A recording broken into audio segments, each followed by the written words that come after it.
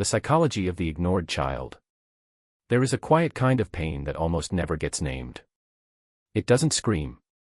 It doesn't leave bruises.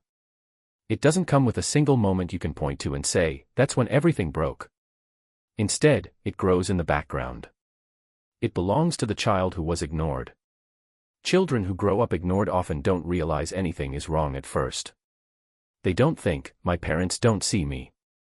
They think something far more dangerous. I must not be worth seeing.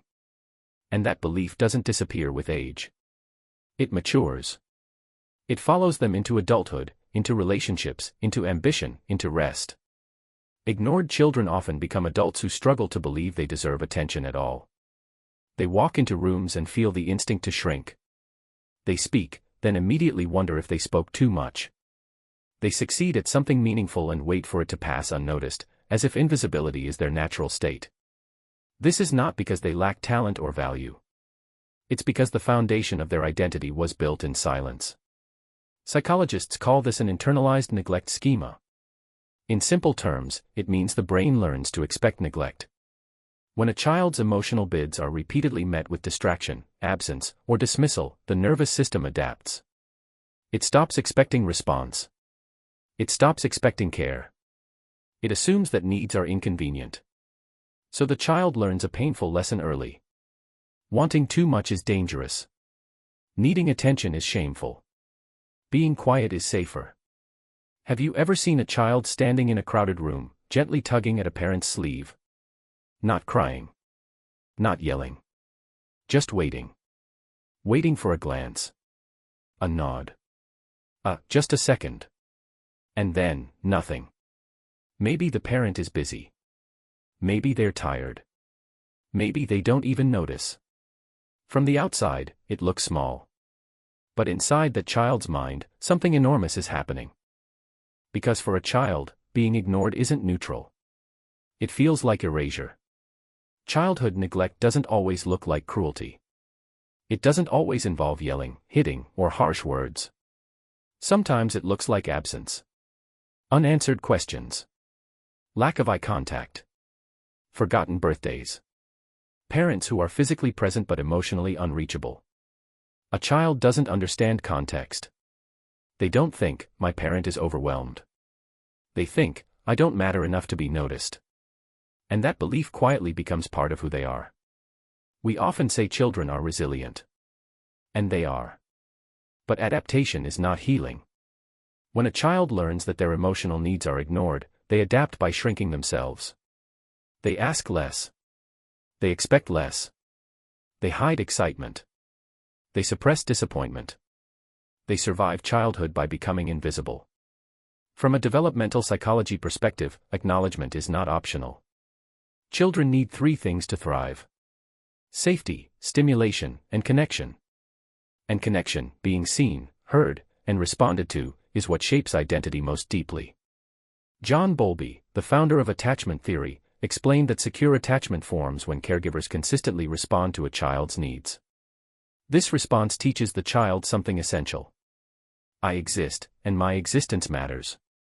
But when those responses are missing or inconsistent, a different belief forms. I am easy to overlook. I am not a priority. Neuroscience backs this up.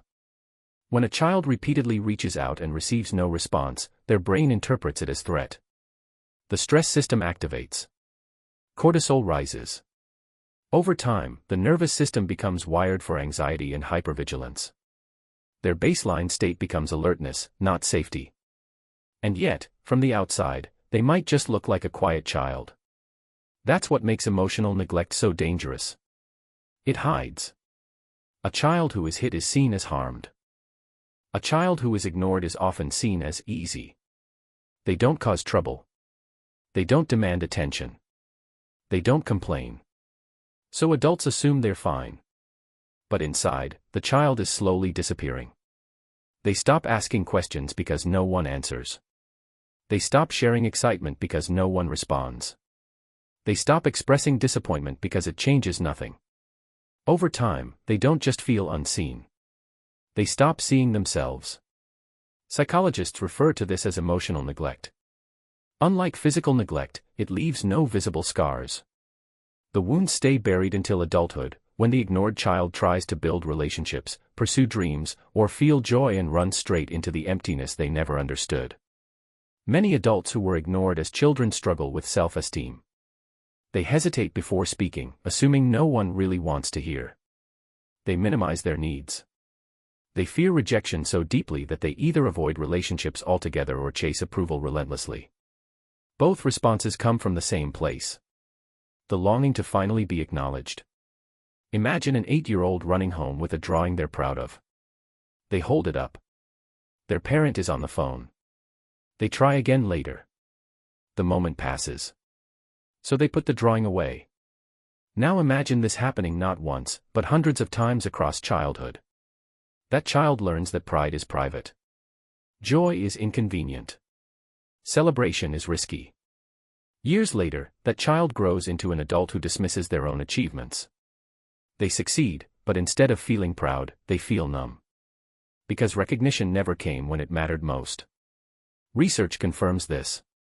A 2019 study in the Journal of Child Psychology and Psychiatry found that emotional neglect in childhood strongly correlates with chronic loneliness in adulthood, regardless of how many people are around.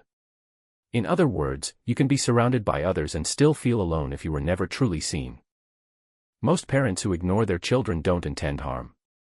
They may be exhausted, overworked, depressed, distracted by survival.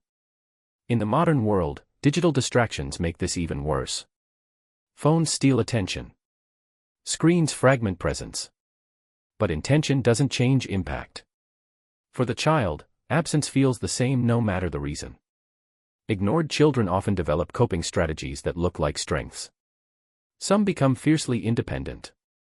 Some become high achievers. Some become peacekeepers. But beneath those adaptations is exhaustion. The independent child becomes the adult who doesn't trust anyone.